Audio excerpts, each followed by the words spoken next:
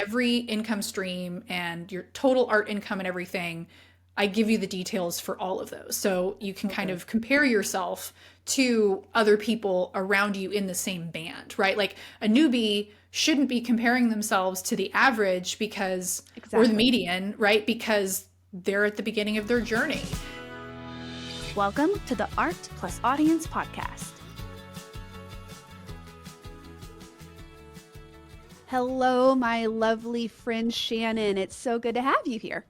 Thank you for having me. I'm so excited to talk with you specifically today about something near and dear to both of our hearts, but I know you specifically are all about the data and numbers when it comes to creative entrepreneurship. And there's no doubt why. It's because you are the founder of like the survey for our industry, which we're going to dive into today. So tell everyone a little bit more about you and the survey and why you care about it. Sure. Yeah. So I have always been an artist that kind of straddles the art and the numbers. I've always told people if I wasn't an artist, I'd be an accountant. And I do truly mean that. I'm that much of a nerd. And so I got started in the surface design space specifically in 2016. Right away, there was a lot of information I couldn't find that I was interested in. Like, at the beginning, I was doing a trade show, but there was almost no information on how to actually do Surtex. And so I basically started blogging about that, and it kind of just snowballed into being an educator for a while. And in 2020, I started the only survey for our industry, the Surface Design Industry Survey, and have run it every year since. So this 2025, last year, would be the sixth installment of it. Yeah. Years of data, that's incredible. It is exhausting, not gonna lie, but it is also so much fun for me. So, Well, you're doing something really important. And I'm a huge fan of what you do. I always share about the survey because I want as many creatives to fill it out as possible so we can actually know what's happening in our corner of the world. Whenever people, ask, like, can I make it as an artist? Like, that means so many different things depending on the area that you're focused on, the medium that you're working in, how long you've been creating art. There's all these little pieces that we can't just throw out a general number. And I know, like, in the US, if you look up, like, how much does a, creative director or artist make, they go from this, like, census data that is not always up to date. And there's a lot of things that are missing from that. Furthermore, I've had a pretty cool, successful career where I've been able to support myself and my family as an artist for a while, but it took me a long time to build that and get there. So a lot of people who are creative and they come to me and they're like, how much can I expect to make as a licensed artist within my first year of pitching? I'm like, crickets.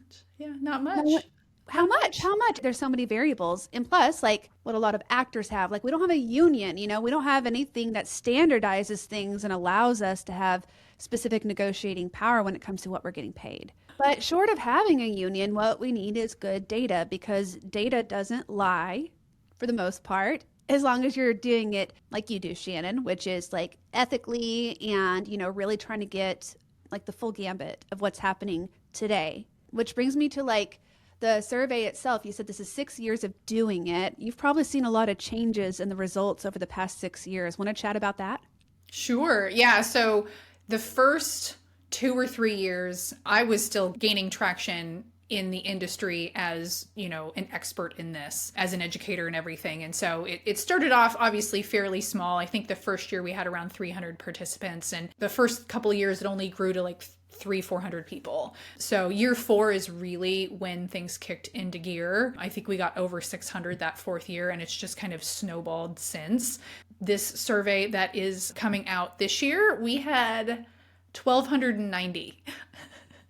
Which is insane to me because the previous year was 763. So I am so excited and happy for every single person on my email list and your email list and all my marketing partners that helped get the word out, because it's making it so much easier to do a little bit deeper dive on some of the things and actually share a little bit more, because the more data you have, the deeper you can go.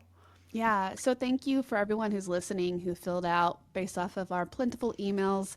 We need it so that we can make this industry as transparent as possible, as honest and healthy as possible. What are some of the changes, like trend wise, that you've seen? Like, did it used to be with that smaller group of people, like more licensing income was coming in, or what's really hot right now?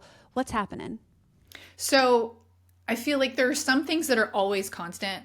Like POD has always been the most popular income source for artists, like bar none as one example. But as the size of the audience grew who actually participated, we definitely did see some numbers change and things like that, which has been really interesting. I think for me, especially the first 2 years, primarily who were taking the survey were my direct audience, like those people who were, in my email list. And so it's not unsurprising to me, especially because one of the things I taught was pricing for service design, that prices were higher and, people were, getting those higher numbers that I talk about all the time. And so that is something that I have seen over the 6 years, is that especially on the licensing side, the pricing has been slipping year over year.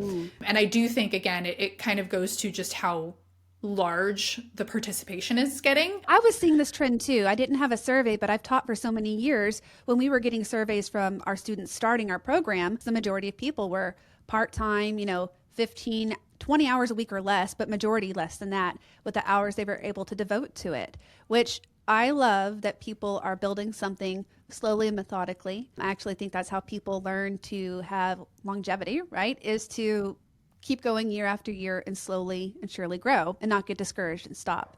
But side hustling isn't going away. In fact, I think we're probably going to see more of that in today's world economy. What were you seeing specifically trending with side hustlers? Where are they focusing their energy? How long have they been side hustling? Part-time artists obviously make less money than full-time artists, but not all part-time artists make no money. Like, there are some part-time artists that actually make a decent income. It is kind of interesting, like the interplay between full-time versus part-time versus hobbyist in all these different income streams. P.S. If you want the real numbers and data, don't worry, because by the time this episode is out, the report should officially be available. I'm sure in the show notes, we will probably leave a link directly to it so where you can download it. We'll make sure you have that information. But in my dream world, you're downloading it and looking through it as Shannon and I are talking about what's happening in this industry. Speaking of multiple income streams, based on your survey results, are you seeing any specific mashups of certain income streams that people are pursuing at the same time? Like, what is happening right now in our world for artists? This year, the top three, and they've pretty much been the top three, but they kind of sometimes switch. This year, it's print on demand is number one, and it always is. Physical products is number two, and licensing is number three. I believe physical products and licensing actually flipped.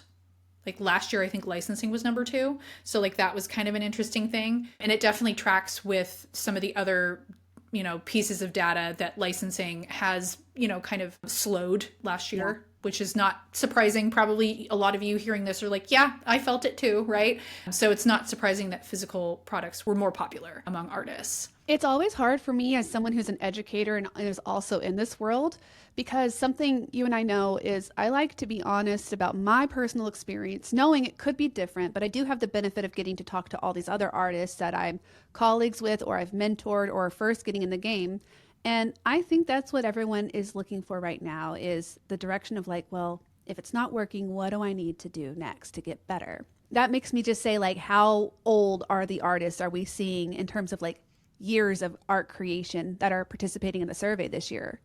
One interesting factoid is I feel like the longer I've run the survey, the more veteran artists have taken the survey. That's awesome.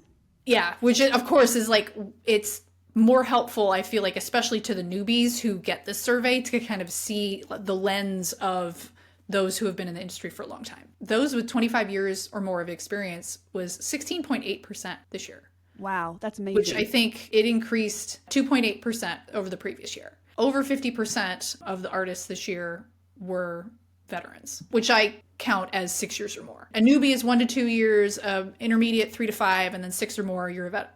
And are you seeing those veteran artists having more earning potential according to the survey results? Yes, both veterans and full-time artists tend to be the higher earners, which again is probably not surprising, Not right? surprising. I usually, at least in the past several years that I've done the survey, most of it is income focused, but I do always include based on years of experience. So Yeah. like every income stream and your total art income and everything, I give you the details for all of those. So you can kind Okay. of compare yourself to other people around you in the same band, right? Like a newbie shouldn't be comparing themselves to the average because, or the Exactly. median, right? Because they're at the beginning of their journey.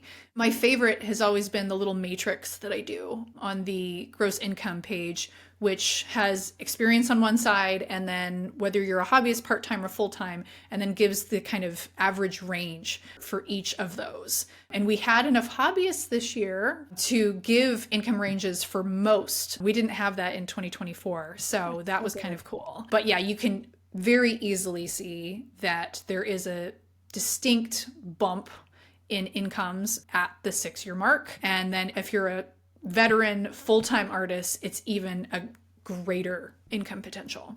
So, what I want everyone to focus on hearing this 2 points. One, you want to become a veteran. You want to stay in this longer than 6 years. You want to improve your art skills between year 1 and 6 to where you are not just showing up, having the motions, but actually becoming really good at what you do, becoming an expert at your medium. And then, like, there is a path for full time income career artists. We are seeing it now in the survey more than ever.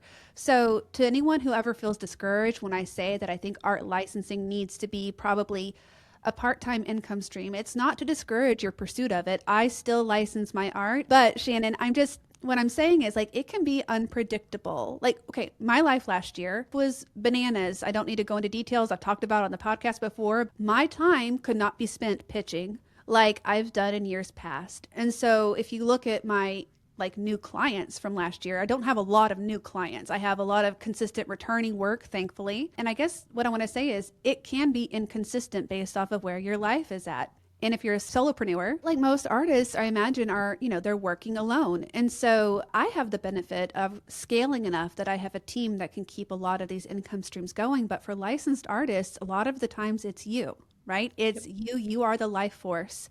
So when I say it's part time, usually there's a lot of things out of your control. So you can only control what you can control. So focus on those things and do those as much as possible. Pitch, create new work. I'm going to Atlanta gift market and I'm going to be walking looking for new trends and seeing like what is happening outside of my Instagram and TikTok algorithms. And I think it's important to always get out there and see what is changing in our industry in terms of trends. But the whole tangent I have is don't be discouraged whenever, things need to shift in your life as an artist, because the goal is just to stay in the game, keep creating, keep pitching, keep finding the best opportunity with what's been handed to you in that moment, right? And then you still fill out the survey every year, no matter what. And we help each other grow as an industry and get stronger. Now, you told me something before we came on the call that you noticed buyouts were higher this year. Can you kind of talk about that with me for a minute? Sure. Yeah. So I will also put a caveat that buyouts are, I think, dead last in the popularity of income streams. Like, not that many artists do buyouts, which personally, side note, I think is a shame. I understand keeping the copyright and all of that, but buyouts can be an incredible boost to your overall income. So, buyouts, it was less than 10% of the people who we surveyed had buyouts this year, which, so the data is probably not as accurate as some of the others, but it's always been that low. So we still had more participation than we did last year. This year, I did something different when I asked how much someone made specifically for each income stream that they had. Last time, they were like wide ranges, right? And that was it. Well, we still asked the wide ranges to get a baseline, but then whatever your range you picked, I then asked a follow-up question that like was more nuanced. Like, okay, within this range, what range do you fit into? And the reason I did that was so that we could give more nuanced income numbers.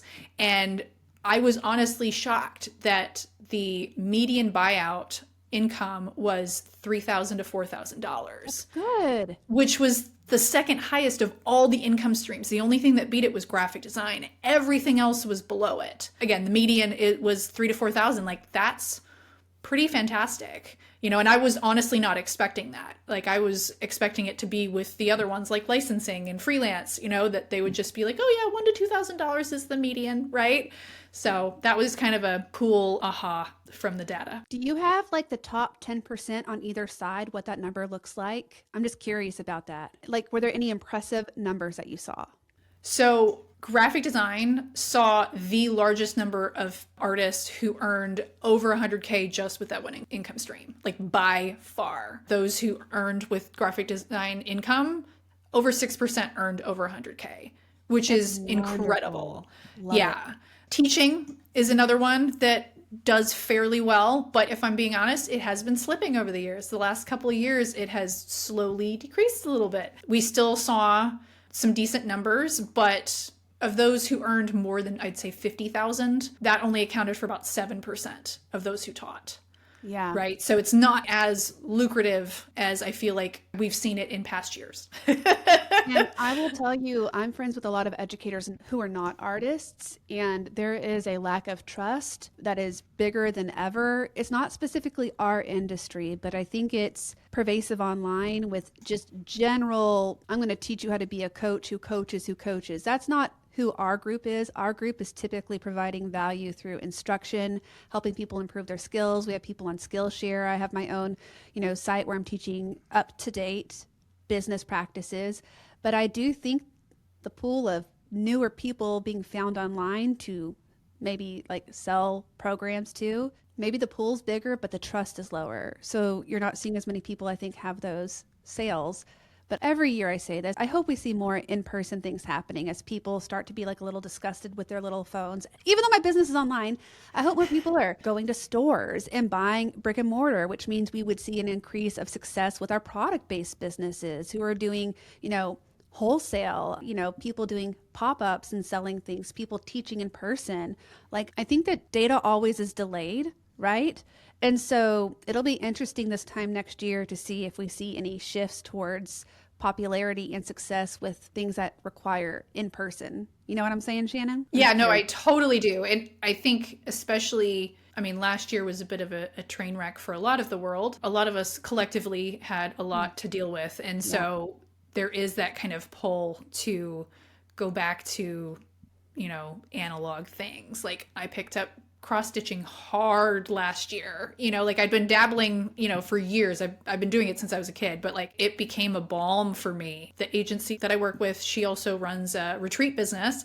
And so I actually ran a lettering retreat last summer, and it was so fantastic to have that like in-person vibe again, And so I do think, I totally agree with you that there is going to be kind of a shift back into like analog methods for us creating and that kind of community focus. And I do think that can still happen online. I think that small businesses, individual artists like us, right? Like, that to me is a huge benefit in the age of AI. Like, I know AI, it feels like AI is taking over everything, but honestly, people want connection.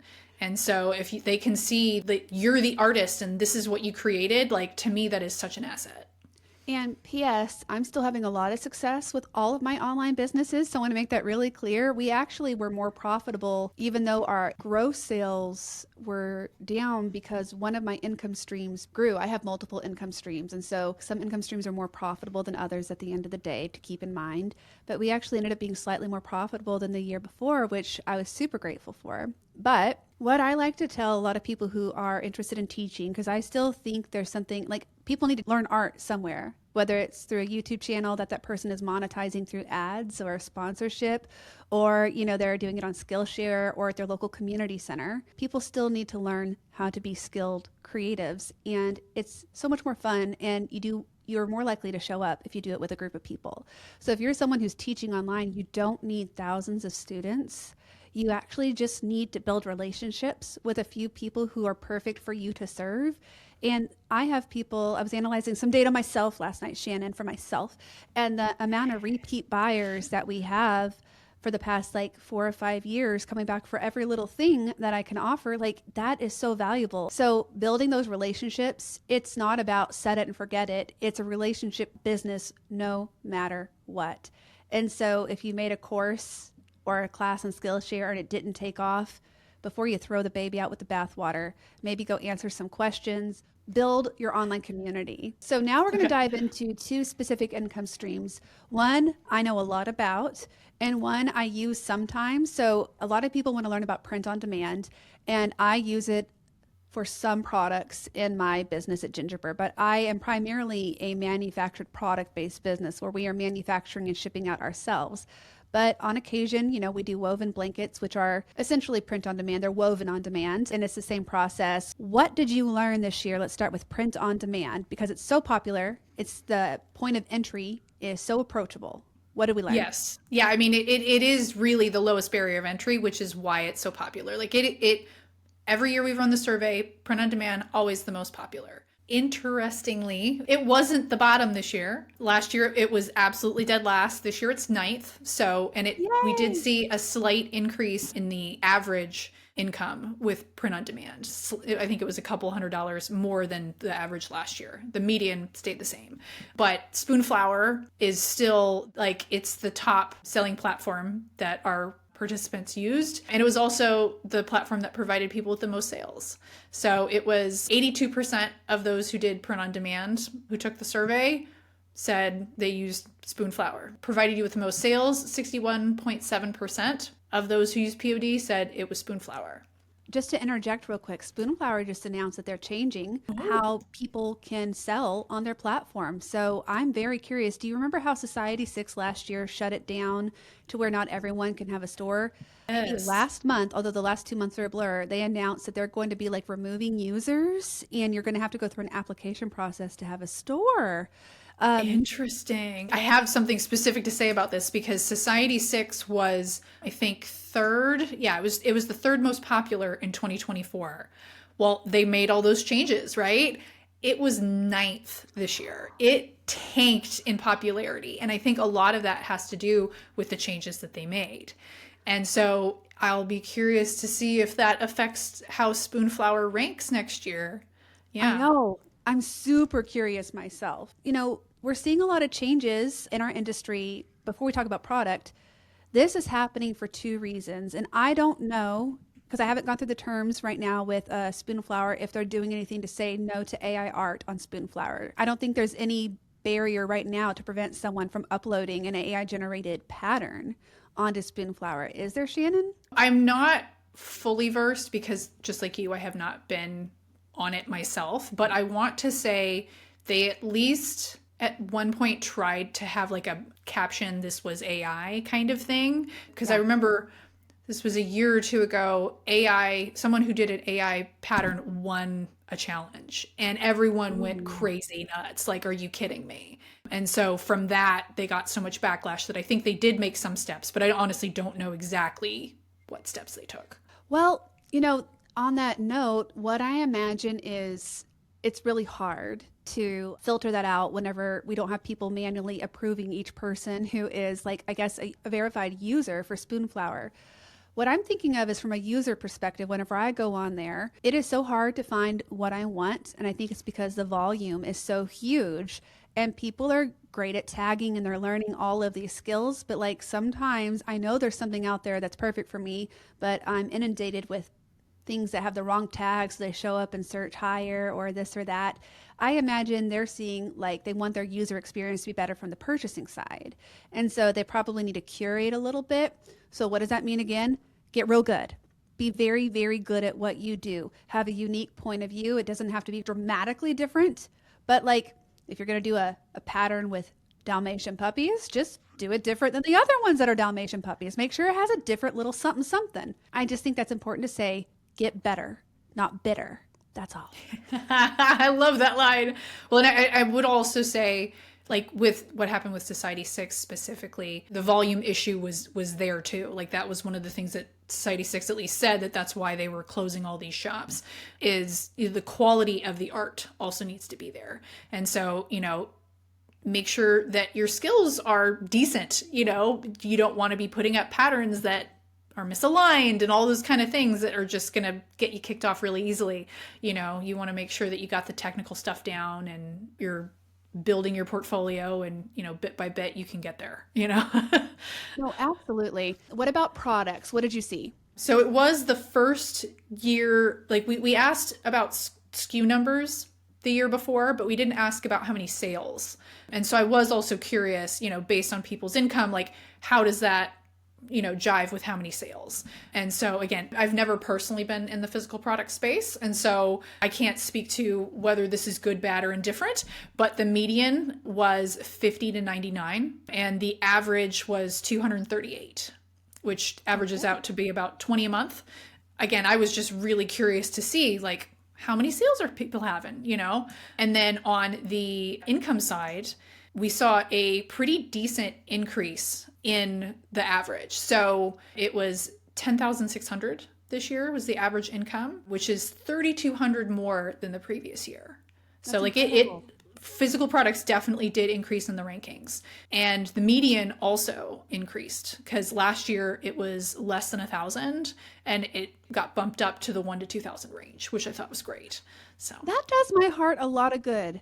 Oh, yay. That makes me super happy. Good job. And I hope that you priced it so that your margins are fair and good for you. That's a whole other topic. People who are product-based businesses, my whole goal when I'm talking about that is to teach people how to do it in an approachable way so there's actually money to pay yourself with. Because, you know, if you're just sitting on an inventory, it can eat up like all the success that you've had because you've over ordered. Do you ever find that you have one or two outliers who have so much income that they've reported that it screws all of your reports up? So you got to like take absolutely. them out? Yes. Actually, it's a big reason that last year is the first year I introduced medians, right? The 2024 report was the first time I did, and it was so that people had a more realistic view of what the majority of people made.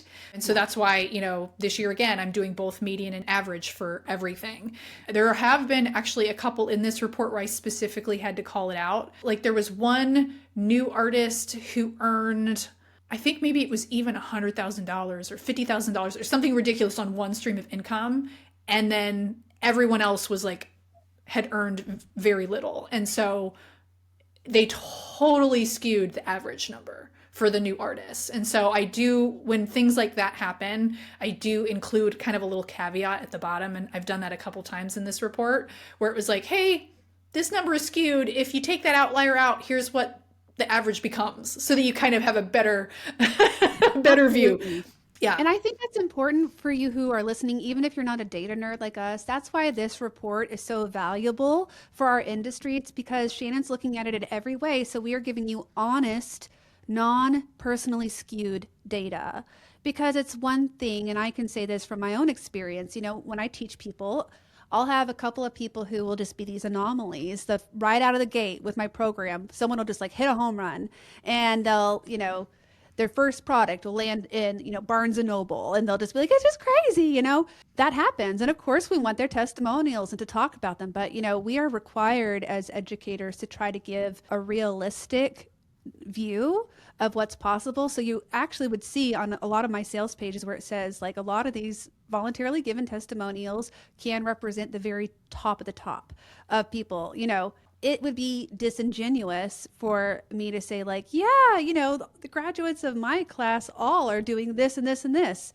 I get a tiny bit of visibility of people who actually report things to me, and they're probably telling me it in the best way possible because, you know, they want to, you know, They're impress. excited. You know, Yeah. They want they're to, like, yeah, celebrate with you. Yeah. teacher, look what I did. And I'm not saying you can't trust those things. Those are inspiration stories. Those are real stories. And I think that those are a corner of our world. It's aspirational and where we want to be. But if you're looking at real, like what's really happening over the past 12 months in our industry, what's growing, what's shifting, what's decreasing, this is the place to get it. And my hope, Shannon, is that over the next several years, more and more creatives in different, you know, areas can be reached so that we can just literally blow the top off of this thing and make it the go-to place for any artist who wants to know really and truly what's happening and what can be expected, You said you can like find the person who like is the most similar to you in the survey. I've been doing this for 2 years. I've been focusing on art licensing. I have a couple of, I'm part-time. Like, where do I fit in that matrix, right? Absolutely. Well, and that's, I think the biggest takeaway from this is, like it can be sometimes disheartening seeing a lot of, those big, amazing testimonial stories or, someone talking about how they made six figures. Those really are in the minority. And so one thing I do like about this survey is it humanizes everyone's experience, and that Yeah. wherever you are, whatever income source you have, whatever work experience, how many hours you work, all of that, someone else is just like you. Yeah. Like you are not alone in whatever struggles you're having. If you want to earn more, there are other people out there like feeling the exact same way, making very similar incomes. So don't ever feel like your art's bad or you're broken. You're not. It's absolutely normal not to be making buckets of money as an artist. And I guess on that, I'll say like I've been hanging out on TikTok a lot. I'm not like successful on TikTok, but I've been following on just to see like how it's different than Instagram. And I get served all the time these incredibly talented, I'm going to talk about music for a second, musicians, the most beautiful voices I've ever heard, singing and sharing their own original songs, practically making their own music videos, trying to get traction, trying to get enough people to, pay them for their music. It's a lot harder to get paid for your music than it is to get paid for your art. I just want to say that like we are a creative field, and I think that we are best positioned in so many ways to continue to adapt and thrive. There's probably going to continue to be a resurgence of mediums that are, old school, painterly, printmaking, experience based. That doesn't mean digital's bad. I do often get people who think my art is AI because it's digital, and I'm like, nah, I've been around forever, y'all. But I just want to say there's always a way forward if you are willing to pivot a little bit. But you don't have to reinvent the wheel. We're really well positioned to grow and thrive. And our whole goal is to give you the best information possible so that you know what you can ask for, what you can expect, set your expectations appropriately, and actually celebrate the wins instead of like feeling deflated at the end of the day. If you made more than $2,000 last year with your art, you should celebrate, because 50% of the people in our survey made less than that. So you should celebrate every sale, every licensing deal, right? It's important. As we wrap up today, is there anything that you would want anyone who's listening to take away? We talked about some important topics, but what's the last takeaway you want to give people as we in the end of this podcast? Reading this survey, I think some people who read it think that the incomes and especially the pricing is like, oh, this is the industry average. This is what I should actually charge. That should not be your takeaway. So my students, anybody I'm talking to, like I will always challenge you to charge more. So don't use the pricing in the report as a guideline of what you should charge. Use the like tippity-toppity range that you see in the licensing and the buyout section. That is where you should be charging. So that would be my biggest takeaway for people is don't use that as like the gospel of like, oh yeah, I should charge $200 for, this piece. No, you shouldn't. Will you be adding takeaways like that to the survey results this year? Because a lot of people, like I was looking at some data yesterday and I had an assumption, and then my husband was like, oh, that's the wrong assumption to make based off of this data. The assumption isn't to delete all these people from your email list. The assumption should be put them in a different segment or blah, blah, blah. And I was like, right on, man. He's a smart little computer dude. Anyway, Shannon, what is the website that everyone can find the survey results on? I know we can follow you on Instagram. Yes. So I don't actually currently have a running website, if I'm being honest. That'll change in the near future, though. Sketch Design Repeat shut down, so I no longer have that open. So signing up for the survey is going to be through Thrivecart specifically. Still through Sketch Design Repeat. Yes, eventually I will probably have a spot where it's going to be, but that is not happening right at this moment. At the very least, you know me, go to staciebloomfield.com and go to the blog, and you'll be able to find a link to be able to sign up and get the survey results from Shannon. Follow her on Instagram, and I will be talking about it like bananas whenever it comes out too. Thank you for the work you do. Shannon doesn't get paid for this work. Shannon does this voluntarily because she cares about the industry. And I just want to reiterate, it's a lot of work what she puts together, and it makes our industry better. So thank you so much, Shannon, for what you do for us. You're welcome. It really is a labor of love. I would not do this if if I wasn't absolutely invested. I would not spend the time and energy to do it. But it is nice to hear that people all over do tell me how much they get out of it. You can download it for free. It will it's never going to be gatekeeped, no money at all. But if you want, you can pay, something for it to help me recoup some of my time for putting into it. But obviously, only do that if it moves you, if you feel like it, All right. Thank you so much for tuning in for this episode of Art Plus Audience Podcast. We'll be back really soon with more amazing episodes from industry leaders, movers, and shakers just like Shannon. All right. Thanks, Shannon. Talk to you later. Thank you. Bye. Bye. Hey, Stacie Bloomfield here. My book, The Artist Side Hustle, is officially out now. I wrote the book I wish I had when I started Gingerbread. Inside, you'll learn 13 ways to monetize your art, the essentials of a strong portfolio, and how to use just 5 hours a week to grow your creative business. You can grab it anywhere books are sold, including the audiobook read by me. Thanks so much for tuning in. Hey, could you do me a favor? Could you subscribe to this podcast and then share it with one of your best art friends? I'd really appreciate it. And then head on over to Instagram and follow me at the Leverage Your Art account, and you can keep up with all of our future episodes. Thank you so much for your support. It means everything to have you here listening and learning. Bye.